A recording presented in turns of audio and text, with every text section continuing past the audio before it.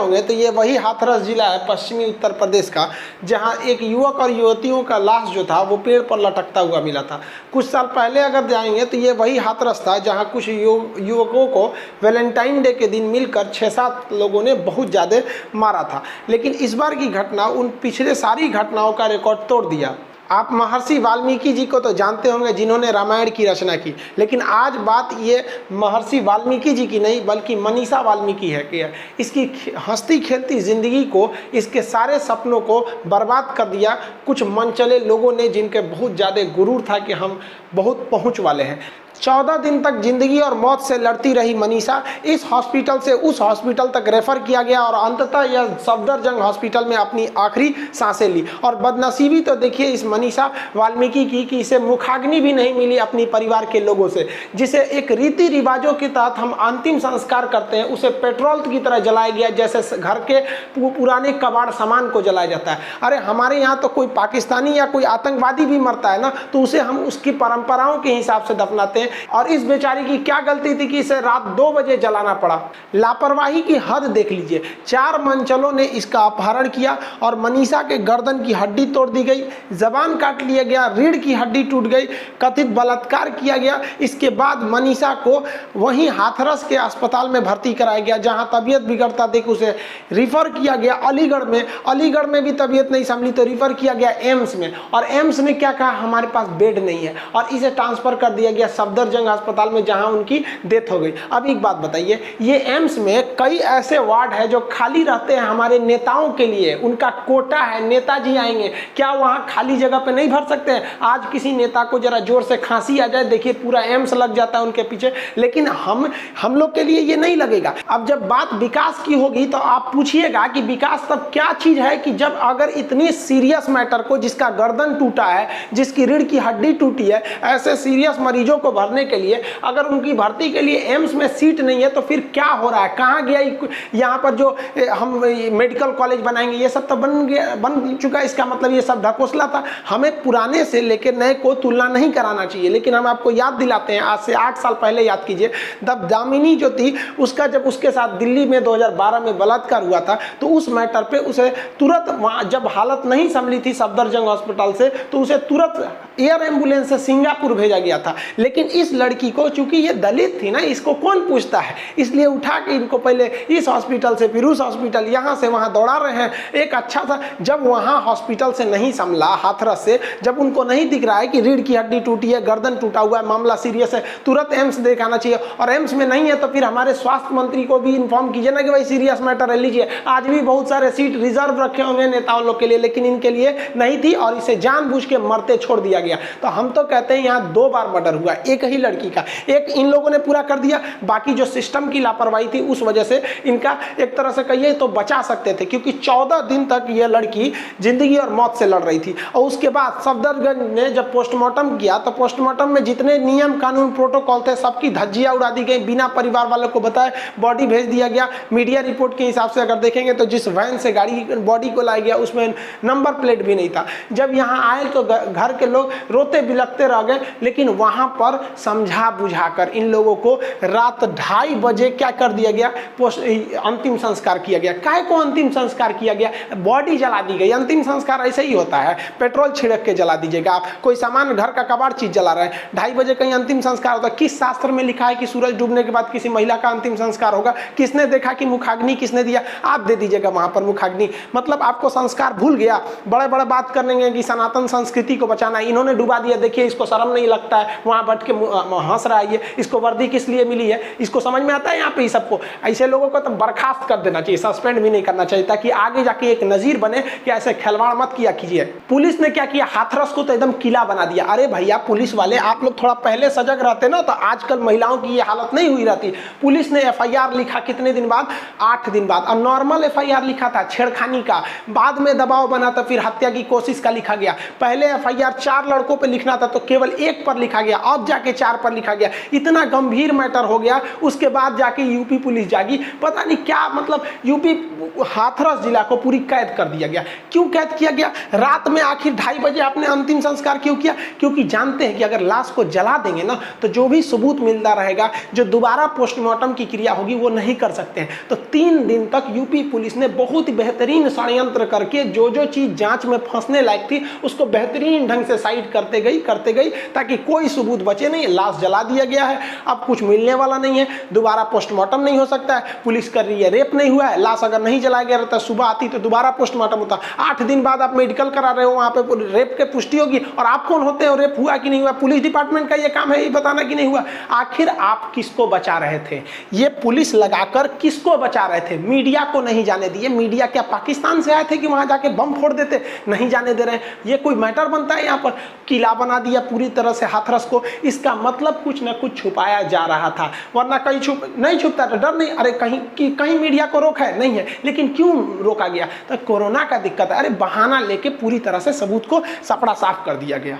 और हद तो हो गई हमारे डीएम साहब की। अरे डीएम साहब को तो एक अलग से नोबेल पुरस्कार देना चाहिए। ऐसा डीएम साहब को ये समझा रहे हैं कि मीडिया वाले 2 दिन बाद चले जाएंगे, बाकी हम ही लोग काम आएंगे। भाई साहब आप लोग कितना काम आते हैं ना, सबको पता होता है। यहाँ अगर कोई मर जाए ना सड़क एक्सीडेंट में तो कोई नहीं आने वाला है यहाँ पे, आइए बोलते हैं। और कमेंट देखिए भाई साहब का, ऐसे डीएम साहब, ऐसा डीएम को तो टॉप डीएम घोषित करना चाहिए, जिन्होंने क्या कहा कि अरे तुम्हारी बेटी अगर कोरोना से मर जाती तो क्या होता, देखो कितना फायदा है कि तुमको मुआवजा मिल गया तुम्हारी बेटी के मरने का। मतलब अगर किसी को मुआवजा देने की औकात है ना, 25 लाख रुपए है, तो वो बलात्कार कर सकता है। क्योंकि बलात्कार करने के बाद क्या कहेगा कि भाई आप पागल हो, हाँ?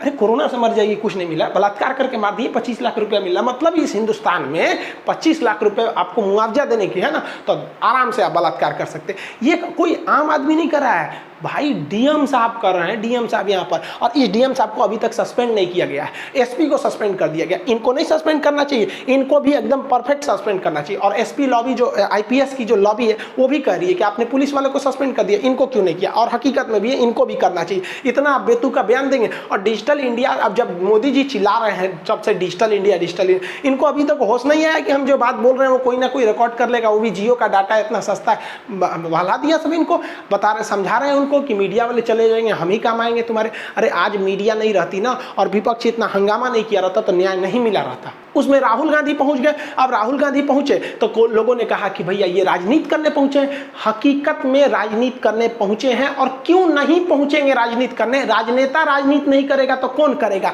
हम लोग मास्टर लोग राजनीति करेंगे। हमेशा राजनीति होती है। अगर ये मौत राजनीति है तो बताइए कि पिछले 2 महीने से सुशांत सिंह राजपूत पर क्या हो रहा है? वो राजनीति नहीं हो रही है। और अगर इस मुद्दे पर राजनीति नहीं होती तो मीडिया जगती नहीं और उस बच्ची को न्याय नहीं मिलता। अगर राजनीति नहीं होती और मीडिया नहीं जगती तो उसके खिलाफ सीबीआई जांच नहीं होता। और ये राजनीति है तो आप बताइए, चलिए मानते हैं कि विपक्ष राजनीति कर रहा है, लेकिन आप किसी पार्टी के इतने बड़े नेता को बिना राज्य सरकार की अनुमति आप किसी को ढकेल देंगे? ये क्या दिखाने की कोशिश है कि देखो भारत का एक एक नागरिक, देखो ये तुम्हारे बॉडी में ना, एक दिमाग में एक सॉफ्ट डर पैदा किया जा रहा है कि हम राहुल गांधी को पीट सकते हैं, बड़का बड़का नेता को ढकेल सकते हैं, तो तुम्हारी औकात क्या होती है? और हकीकत में है कि ये पक्ष में है भाई भैया, विपक्ष में कोई भी हो, हमारे और आपसे बहुत ज़्यादा पावरफुल आदमी है। इसके बॉडीगार्ड रहते के बावजूद ढकेल के गिरा दिया गया। तो हम लोग गए रहते तो पता नहीं क्या होता, जिंदा आते कि नहीं आते। ये एक संदेश है, आप नहीं समझ रहे हैं ना, लेकिन ये धीरे धीरे आपके दिमाग में बैठाया जा रहा है कि देख हम जो बोले ना वही सही है, तुम कुछ हो हम थूर थार देंगे वहाँ पर। लेकिन अगर विपक्ष ये अगर राजनीति है तो बताइए, सुषमा स्वराज, उमा भारती जी, ये तो आप ही की पार्टी की है। अभी इनको कोरोना हुआ है, ऋषिकेश एम्स में एडमिट है, ऋषिकेश में वहाँ एडमिट है कोरोना। इन्होंने खुद ट्वीट करके किया कि अगर मैं स्वस्थ होती, मुझे कोरोना नहीं होता तो मैं भी सड़क पर आई रहती। दीदी जी आप उस बच्ची को बचाने के लिए सड़क पर आई रहती ना, तो देखिए ये क्या हाल हुआ है, देख रही हैं, लात जूता मार के आपको भी फेंक दिया रहता सब कहीं पे, कोई ठीक नहीं है यहाँ पर। तो ये तो बीजेपी की है ना, इसका मतलब ये भी राजनीति कर रही है, ये भी अपनी राजनीति चमका रही है। मतलब कुछ भी है भाई, वहाँ कौन जाएगा? आम आदमी तो नहीं ना जाएगा। और मीडिया वालों को देखिए, मीडिया वाले अपना नमक का कर्ज भूल गए। सब बताइए, सरकार इनको पैसा देती है कि तुम सरकार की तरफदारी करो, करो, सरकार से सवाल मत पूछो। इन लोगों ने पैसा ही भूल गया, यहाँ पर हद है। लेकिन हाँ, कुछ हद तक नमक का कर्ज निभाया इन लोगों ने। इस बेचारी की मौत को इन लोगों ने पूरी कोशिश किया कि कांग्रेस और बीजेपी की लड़ाई घोषित कर दे, लेकिन अब जनता जाग चुकी है, क्योंकि जनता को लोगों ने इतना कांग्रेस बीजेपी इतना किया है कि जनता उब गई है। और आप लोग को खूब अच्छा से पहचान गई। इसको पहचान गई, इसको बेचारा को तो मंदिर का घंटी बजा दिया है। कोई भी आता है बजा के चल जाता है, कभी कोई भड़वा बोल देता है, कभी कोई दलाल बोल देता है। और ये भाई साहब, इनको तो बस पूछता है भारत, अरे पूछता है भारत। अपना वीडियो का लाइक डिसलाइक बंद करके रखा है। इसको कोरोना भाग रहा है, इतना भयानक कोई मतलब नहीं है। लेकिन ये रिया चक्रवर्ती के पीछे पड़ा है, कंगना रनौत। आप बताइए, इस बेटी की सुरक्षा के लिए कोई अभी तक कोई ठोस इंतजाम नहीं किए गए। लेकिन अगर आप नज़र डालिएगा ना, तो ये बहन जी का छज्जा तोड़ दिया था तो उसके लिए सुरक्षा मिल गया था। और इनको तो बस मीडिया में रहना है। भाई, इनके साथ गलत हुआ तो किस हीरो के साथ नहीं हुआ? कपिल शर्मा इतने अच्छे कॉमेडी करते, उनका नहीं ऑफिस तोड़ा गया था, शाहरुख खान का नहीं तोड़ा गया था। लेकिन ये स्पेशल है ना।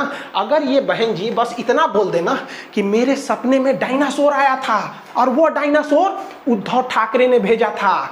उद्धव ठाकरे, तुमने मेरे सपने में डायनासोर भेजा था, वो डायनासोर मेरा बाल खींच रहा था। अरे बहन जी का बाल खींचा, तुरंत केंद्र सरकार इसको सिक्योरिटी दे देगी। देखिए, ये है हमारी कंगना रनौत। सिक्योरिटी गिनिए, 1 2 3 4 5 6 7 8 9 10 11 12 13, अभी कितना, 20 कमांडो लेके घूम रही हैं। काम क्या है? तो बॉलीवुड में एक्ट्रेस है, फिल्मी दुनिया में यहाँ पर। अरे इतनी सुरक्षा और इतना सम्मान हमारे देश के साइंटिस्ट को दिए गए रहते ना, हमारे देश के जो बहादुर जो साइंटिस्ट हैं, तो हमारा देश नासा से आगे हमारा इसरो निकल गया था। नहीं, लेकिन यहाँ तो राजनीति होगी ना इनका। इन्हीं का एगो घर टूटा, अब कौन ची घुसिया के देखती है, हमारा कौन ची करेगी? एगो वीडियो बना के डाल देगी, खान सर बहुते कूद रहे हैं यहाँ पे, हमारा कौन ची होना? हम फिल्म उलिम ना देखते, चाहे तोरा होता केहू का फिल्म हो, डायनासोर हमारा बाल नोच रहा है। मतलब यही है भाई इस देश की, इन्हीं को बचाना ज़्यादा जरूरी है। इनकी सुरक्षा है, बल्कि इनको खतरा क्या था? कुछ नहीं, कोई खतरा नहीं था। हाँ, ये बात मानते हैं कि बीएमसी ने इनका जो बिल्डिंग तोड़ा था वो गलत किया था, हम इस बात को मानते हैं। लेकिन उतना बड़ा बात नहीं था जितना 20 कमांडो दे देंगे आप इनको। फिल्म इंडस्ट्री में कुछ लोग हैं ना जिनको केवल मीडिया में रहना है। आप देखिए इन लोग को कुछ भी करेंगे, ये लोग कुछ भी करेंगे, लेकिन ये मीडिया में रहेंगे। कभी इनकी बहन का ट्विटर हैंडल डिलीट हो जाता है तो आके गरिया देती, बस हमको मीडिया में रहना है। इन लोग को यहाँ पर इसका तो पूछिए बात भाई साहब, ये सब मीडिया में बस इनको दे दो, इनको बस अपना पब्लिसिटी चाहिए। लेकिन ऐसा नहीं है कि इस बार मीडिया वैसे रह गया। इस बार मीडिया अपना नमक का कर्ज भूल गया कि हमको पैसा खिलाया गया, सब कुछ भूल गया। और मीडिया ने तो जो धज्जी उड़ा दिया यहाँ पर वहाँ पर। कई मीडिया वाले, आज तक की जो चित्रा त्रिपाठी थी, उन्होंने एसडीएम को तो लथेड़ दिया, बेचारा का तो कुछ मुंह बन गया, एकदम कुछ जवाबे नहीं दे रहा था। हाँ, बहुत सारी मीडिया वालों ने किया वहाँ पर। और इसमें हम ये प्रज्ञा मिश्रा जो है, इनको तो बहुत बार पुलिस वालों ने घसीटा भी था। प्रज्ञा मिश्रा भारत समाचार के लिए काम करती है, इनका अपना पर्सनल भी है, उल्टा चश्मा यूसी करके देखती है। हम व्यक्तिगत रूप से एक महिला की नज़र से हम सबसे ज़्यादा सम्मानित पत्रकार इनको समझते हैं। ये कहीं भी मुद्दे पर ग्राउंड रिपोर्टिंग कर देती है। और अगर आप इसको सोचिएगा कि अपने बात में उलझा दे, नहीं, ये दलाली वगैरह वाला काम नहीं करते। हम व्यक्तिगत, हम खुद कभी किसी, बहुत कम लोगों का चैनल को हमने सब्सक्राइब किया, लेकिन उल्टा चश्मा यूसी पूरा नाम है इनका, इनको खुद हम देखते हैं। एक महिला पत्रकार होकर एकदम डट कर सवाल पूछना, क्योंकि पत्रकार का काम क्या होता है? सरकार की तारीफ करना। बाबू, सरकार की तारीफ करने के लिए ना सूचना एवं प्रसारण मंत्रालय होता है। पत्रकारिता का काम है कि सरकार की कमियों को सरकार को बताना और जनता को बताना, ताकि आप सरकार से सवाल पूछ सके। लेकिन ये नहीं हो रहा है। लेकिन हाँ, कुछ ऐसे पत्रकार हैं, बहुत सारे हैं, ऐसा नहीं है, जो कि ये वाला मैटर में थोड़ा सा इनके साथ ज़्यादा बदसलूकी हो गई थी, चाहे आज तक की पत्रकार चित्रा त्रिपाठी के साथ भी हुआ था। तो ये सब चीज़ें तो मीडिया ने इस बार बहुत ही ज़बरदस्त रोष दिखाया था, जिस वजह से उसे न्याय मिलने के कगार पर है। क्योंकि अब ऐसा लगता है कि नहीं, हम सीबीआई के हाथ में पहुँच गया है। इस देश में ना कुछ चीज़ें बहुत सस्ती हैं, जिसमें 3 तो सबसे फेमस है। किसी लड़की की इज्जत हिंदुस्तान में बहुत सस्ती है, फौजी की शहादत, बस एक दिन तो न्यूज़ बनता है, उसके बाद कौन पूछता है? किसान का फसल, भाई जिस दिन ज़्यादा उगा देगा ना, उस दिन उसी को घाटा हो जाता है कि नहीं? लेकिन मोदी जी, आप टेंशन नहीं लीजिए, आपने तो किसानों के लिए नया विधेयक लाया है ना, आप एक नंबर विधेयक है। ये सब विपक्ष वाला है, सब एंटी नेशनल। अरे हमारे देश ही एक ऐसा देश है जहाँ किसान हेलीकॉप्टर से उतरता है। नहीं देखा क्या आप लोगों ने हेमा मालिनी को? हेलीकॉप्टर से उतर के गेहूँ काटा जाता है, हिंदुस्तान का एकमात्र है। और विपक्ष वाला एंटी नेशनल है, सब बोलता है ऐसे किसान को फसल का पैसा नहीं मिलता है। हेलीकॉप्टर कहाँ से आया? किसान वो झूठ बोल रहा है, इसे ऐसे वर्दी पहन लिया होगा, ये सब ऐसे फटा चिटा। हकीकत में तो ये स्थिति है किसानों की। यहाँ पर विपक्ष वाले तुम लोग हमेशा मोदी जी को घेरते रहते, देख रहे हो कितना डेवलप है हमारे देश का किसान। देश में महिलाओं के खिलाफ इतना अत्याचार बढ़ते जा रहा है जिसका कोई हद नहीं। हमको तो बड़ा खुशी होता था कि हमको सबसे ज़्यादा रक्षाबंधन में राखी बांधा जाता है। मेरी खुद की कोई बहन नहीं है, लेकिन कोचिंग में जितनी लड़कियां पढ़ने आती हैं सबसे ज़्यादा, हम तो इतना कह सकते हैं कि पूरे हिंदुस्तान में हमसे ज़्यादा राखी किसी को नहीं बांधा गया हो। किलो में आता है राखी, तो हाथ नहीं उठता है यहाँ पर रक्षाबंधन में। अब बड़ा खुशी होती थी कि हमको इतना राखी बांध, लेकिन अब तो डर लगने लगा यार कि भाई हमारी बहनें सुरक्षित है कि नहीं। और कहीं ना कहीं पहले एक कमी लगता था कि मेरी बहन नहीं है, लेकिन अब जब देखते हैं मेरी बहन नहीं है ना तो एक रिलीफ लगता है, अरे यार भाई मेरी बहन नहीं है, पता नहीं क्या होगा, कब कौन उसके साथ रेप करेगा, मर्डर करेगा, हड्डी तोड़ देगा, ये लोग उसको ले जाके रात में कहीं दफना दे, कहीं जला दे, और लोग कहेंगे कि तुम्हारा ही गलती है। डीएम साहब आके कहेंगे अरे मिल गया ना मुआवजा, बहुत हो गया। रेप मतलब क्या होता है, नॉर्मल चीज़ है ये। हम तो धन्यवाद देना चाहते हैं सीमा कुशवाहा जी का। इन्होंने वही वकील हैं सुप्रीम कोर्ट की जिन्होंने जो निर्भया के 4 दोषियों को फांसी पे फंदे पर लटकाया था। इन्होंने दिल्ली से चल कर आई थी और इनको भी जाने नहीं दिया गया। वहाँ पे जो एडीएम है एसडीएम थे इनसे बहस कर गया सब। यहाँ पे हम तो आपका पैर छू के नमन करते हैं आपको, और उनको भी ना चारों को ऐसे, अगर जितने भी दोषी हैं उनको आप छोड़िएगा नहीं, हम सब आपके साथ हैं। और बाकी वकील लोग को कोई टेंशन नहीं। अरे यार इन लोग का बिजनेस है ना। याद कीजिए आप लोग फरवरी का महीना जब दिल्ली पुलिस का एक जवान ने एक तमाचा मार दिया था वकील को, भाई साहब पूरे वकील स्ट्राइक पे आ गए थे। पूरा वकील पूरा का पूरा केवल एक तमाचा मारने की वजह से स्ट्राइक। और अभी कोई स्ट्राइक पे आया? कोई नहीं स्ट्राइक पे आया। और तरीका हम भी तो गधे हैं ना। अरे यार ये वकील लोग हैं, ये पढ़े लिखे लोग हैं, हम तो टीचर लोग ऐसे अनपढ़ होते हैं लोग। तमाचा मारना एक्चुअली बड़ा क्राइम है ना, रेप तो छोटा मोटा क्राइम है यार, तो वकील क्यों स्ट्राइक करेंगे। हाँ अगर किसी वकील को अगर आपने ऐसे कर दिया पूरे वकील स्ट्राइक पे आ जाएंगे, लेकिन रेप तो नॉर्मल चीज़ है। ओहो आप लोग समझदार हैं। देखिए हम आप लोग को समझा रहे थे भाई, आप लोग कानून के ज्ञाता हैं लोग, इसलिए आप लोग ने स्ट्राइक किया। देखिए जब देश गुलाम था ना तो उस समय भी अंग्रेजों का अत्याचार बहुत हुआ था। लाला लाजपत राय के पीठ पर जब अंग्रेजों ने मारा था ना तो उन्होंने कहा था मेरे पीठ पर एक एक लाठी अंग्रेजों की ताबूत की आखिरी कील साबित होगी। और ये जो पुलिस अत्याचार कर रही है ना, जो पीड़िता के घर में घुस के उसके पिताजी के सीने पर लात से मारा जा रहा है, याद रखोगे भाई बर्दाश्त नहीं करेगा, क्योंकि डिजिटल इंडिया है। अब हर आदमी के हाथ में मोबाइल है, वो सब चीज़ देख रहा है।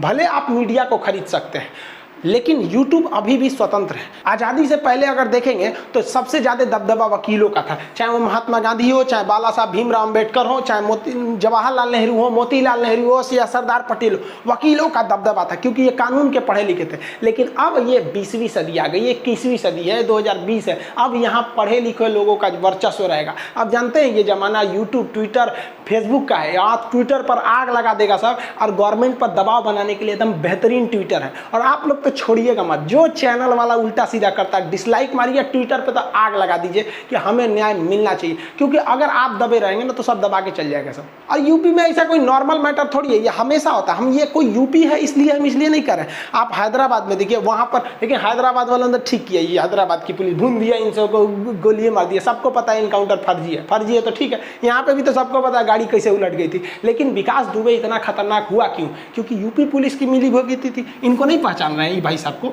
यहाँ पर इन्होंने ही इन्फॉर्मेशन दिया था इनको कि पुलिस जा रही है, तो जेसीबी लगा के कांड हो गया यहाँ पे। बाद में वो सस्पेंड हुए। जो भी हो, अगर पुलिस की मिली भगत नहीं होती तो पुलिस वाले शहीद नहीं हुए रहते। जब पुलिस का जवान मारा गया, धाए दे गाड़ी उलाट कर, लग रहा था जैसे कोई वेब सीरीज चल रहा है। सबको पता था कि अब विकास दुबे पकड़ा गया, पूरी इंडिया को पता था इनकाउंटर हो जाएगा। सुबह पता चला हो गया, एकदम वेब सीरीज की तरह इनकाउंटर हो रहा है। लेकिन यहाँ दलित की लड़की मरी है यार, कौन पूछता है दलित को यहाँ मरने के लिए होते हैं लोग, है कि नहीं? यहाँ पर मानसिकता होती जा रही है। यहाँ पर कड़ा से कड़ा क्राइम करना चाहिए, और जो अपराधी हैं इसमें उनको वही सजा देना चाहिए जो हैदराबाद में हुआ था और जो कानपुर में हुआ था। इससे नीचे तो कोई सजा ही नहीं बनी है उनके लिए।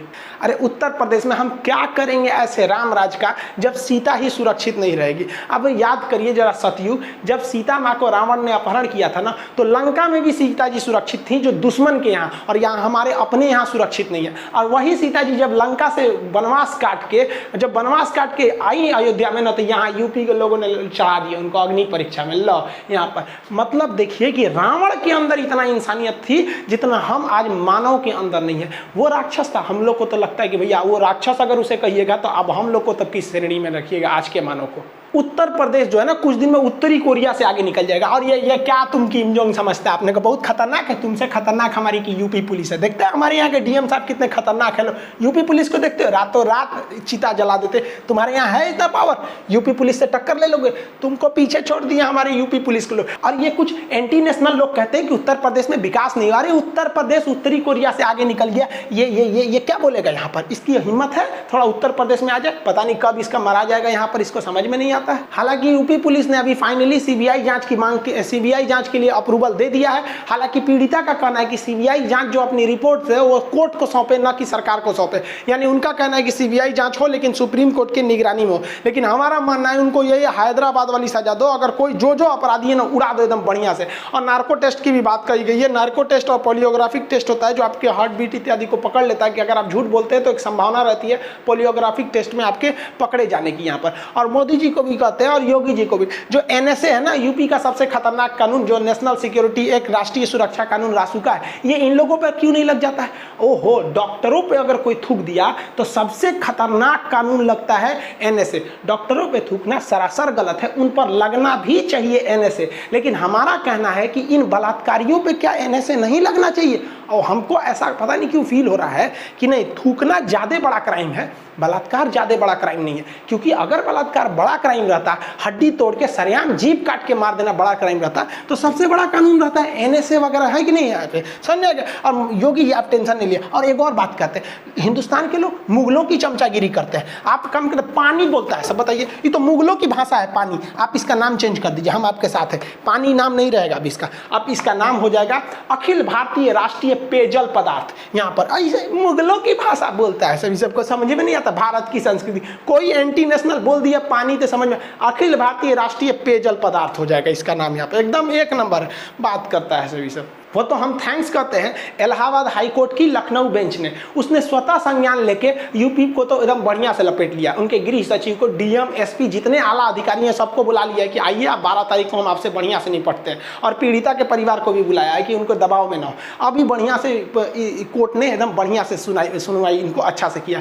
कोर्ट बेहतरीन होता अगर सीबीआई को कोर्ट अपने अधीन लेके जाँच करती कि भाई आपने जो रिपोर्ट किया, आप उसको जो जानकारियाँ है उसे आप हमारे पास सबमिट कीजिए। क्योंकि आप याद कीजिए कि सुप्रीम कोर्ट ने क्या कहा था, सीबीआई जो है पिंजड़े में बंद एक तोता की तरह, और हकीकत में भी है। वो गवर्नमेंट जो कहेगी, क्योंकि वो गवर्नमेंट के अधीन आता है, अब कोर्ट गवर्नमेंट के अधीन नहीं आती है। तो जो पीड़िता है उनके परिवार का भी जो मानना है कि हाँ सीबीआई जांच ने तो गवर्नमेंट ने अच्छा किया है और योगी जी ने भी बहुत बेहतरीन किया है। अगर योगी जी अगर इसको पहले ही कर देते तो इतना बवाल नहीं होता। क्योंकि कुछ लोग कह रहे हैं ये बवाल इसीलिए कराया गया है कि ताकि किसानों का ध्यान भटकाया जा सके। अब उन लोग का क्या कहना सही है वो गलत है ये नहीं पता है, लेकिन खुद उनको भी पता था कि भाई इतना बड़ा बवाल होता है, सीबीआई जांच सौंप दीजिए वहाँ पर और जल्दी से। क्योंकि एसआईटी को सौंपा गया, एसआईटी ने कुछ खास काम किया नहीं वहाँ पर जाने के बाद। और उटपटे जो बयान आने लगे कि मुआवजा ले लो, मार देंगे, ये करेंगे, अब फिर रेप नहीं हुआ, ये थोड़ा सा अटपटा बयान आने से ना थोड़ा सा निराशाजनक होती है। और कुछ लोग तो उनके भी समर्थन में आ गए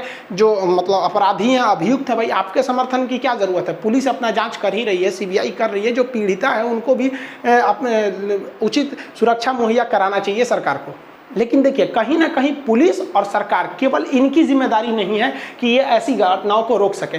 एक रेप करने को इसको सामाजिक की भी जिम्मेदारी है। समाज में भी एक संदेश, माँ बाप की भी जिम्मेदारी बनती है। अगर कोई लड़का ऐसा करता है तो उसको सख्त से सख्त कार्रवाई दे। माँ बाप देखते हैं कि उनका बेटा उल्टा सीधा करता है लेकिन बोलते नहीं, अरे तुरंत डांटो उसको, वहीं पर तब समझ में आएगा। गवर्नमेंट को भी इन रेप वालों के लिए खतरनाक नियम लगाना चाहिए कि जिनके परिवार का आदमी रेप कर दिया ना, साले को एनआरसी से बाहर कर दो, जा तुम यहाँ डिटेंशन सेंटर में रहना। यहाँ पे क्या वो ये खतरनाक नहीं है? यहाँ पर पूरे परिवार को जब आप सजा डालिएगा ना तो पूरा परिवार दबा के रखेगा, तब हर परिवार जगेगा कि रे तरीका पर रेप करेगा, हम लोग एनआरसी से बाहर चल जाएंगे। इसका सदुपयोग करना चाहिए। और जो सालों की संपत्ति है ना, पूरी संपत्ति लेके सरकारी कर देना चाहिए, वहाँ अनाथ आश्रम, हॉस्पिटल या फिर पीड़िता के परिवार को दे देना चाहिए, ताकि उनको समझ में आए, फिर एक सामूहिक जिम्मेदारी बने कि हाँ ये चीज़ है। और जो भी बलात्कारी है ना, इनके पूरे परिवार नाम का चौराहे पे एकदम पोस्टर लगवा दो, ससुरा के ये हैं फलाना के बेटा, इनके माता जी हैं, हैं जिन्होंने इतना संस्कार सिखाया, बाप ने इतना संस्कार सिखाया कि बेटा ने बलात्कार कर दिया। एकदम कैसे नेता सब उद्घाटन करता है तो शिलान्यास होता है, वैसे करा दो, ताकि उनका खानदान जब तक रहे तब तक याद किया जाए कि इसी खानदान का एक हरामी था जिसने किसी का बलात्कार किया था। और पुलिस वालों की भी जिम्मेदारी बनती है। आप देखिए एक आम आदमी फौजियों की कितनी इज्जत करता है। अगर हमारे गांव में फौज आती है ना, एकदम आदमी सेफ महसूस करता है, अरे हमारी फौज आई है, गले लगाने का मन करता है फौजियों को, दिल से आदमी सैल्यूट करता है फौजियों को। लेकिन अगर घर पे पुलिस आ जाती है, सब लोग अजीब बेइज्जती महसूस होने लगते हैं। अरे आपके ऑर्डर्स हैं, मानते हैं यहाँ पर, लेकिन इंसानियत भी तो रहती है यहाँ पर, क्योंकि जो आपका ऑर्डर दे रहा है वो भी तो आपका सीनियर ही है, वो भी तो पुलिस है। इसका मतलब कि आप न्याय और अन्याय में फर्क भूल जाएंगे। आपका अगर सीनियर कहने लगा कि किसी का रेप कर दो तो मतलब आपका आदेश है तो आप रेप कर दीजिएगा, ऐसा थोड़ी होता है यहाँ पर। आपका सीनियर जो है, आप उनके पे भी दबाव बनाएंगे तो उसको भी समझ में आएगा। क्यों अंग्रेजों ने जब मजदूरों पे गोली चलाने के लिए कहा था तो अंग्रेज में जो भारतीय सैनिक थे नहीं चलाए थे। आप रूस की क्रांति सुनिए, जब रूस का जार ने जब गोली चलाने का आदेश दिया था तो रूस की सेना ने गोली चलाने से मना कर दिया था। तो उस वक्त भी यूपी पुलिस रहती तो चला दी रहते। हमारा सीनियर बोल रहा है ना साहब, चंगा सी जला दो 2 बजे रात में, हटाओ, क्या मतलब है, ऊपर से आदेश है, ऊपर से आदेश है, सोच रहे हम बाबूजी को जला देंगे, हमारा नौकरी का सवाल है। आई होप आप इस सब चीज़ों को समझ गए होंगे। इसमें राजनीति क्या हो रही है, इसमें राजनीति क्या है। देखिए अगर इसमें राजनीति नहीं होती ना तो आपको भी पता है कि इसमें न्याय नहीं मिलता। क्यों नहीं मिलता? क्योंकि एनसीआरबी का खुद का डाटा है कि हर दिन लगभग 87 रेप होते हैं। कौन से रेप पे सीबीआई जांच बैठती है? केवल इस पे बैठ गई क्योंकि इसके लिए आपका क्या हो गया था, विपक्ष आगे आ गया था, मीडिया आगे बढ़ गई थी, व्हाट्सएप फेसबुक हर जगह डिजिटल क्रांति आ गई थी। तो हम आप सबको कहते हैं आप हाथ पे हाथ रख के मत बैठिए, वरना एक दिन आपकी भी बहन के साथ ऐसा ही हो सकता है। आप भी किसी बहन के भाई हैं, किसी लड़की के पिता हैं। ये आपका भी सामूहिक कर्तव्य बनता है कि आप भी इस पर सचेत रहें। और जब कभी भी ऐसे बात आते हैं, कोई भी न्यूज़ चैनल आता है उसको करता है जो अगर आप ऐसे जनता के बातों को उठाता है तो आप उसके लिए हमेशा खड़े रहिए। क्योंकि आज इस लड़की को लगभग न्याय मिला, या फिर सुशांत सिंह राजपूत के मैटर को देखिए, अगर मीडिया या राजनीति नहीं होता तो सीबीआई जांच नहीं होती। इस लड़की के साथ भी अगर मीडिया और राजनीति नहीं हुई रहती तो जांच नहीं होती। तो आप अगर जागे रहेंगे ना तो इन राजनेताओं को झुकना ही पड़ेगा, वरना ये ऐसे ही मरता आपको छोड़ देंगे। आई होप आप इसको समझ गए होंगे। इधर कुछ दिन से मेरी तबीयत ठीक नहीं।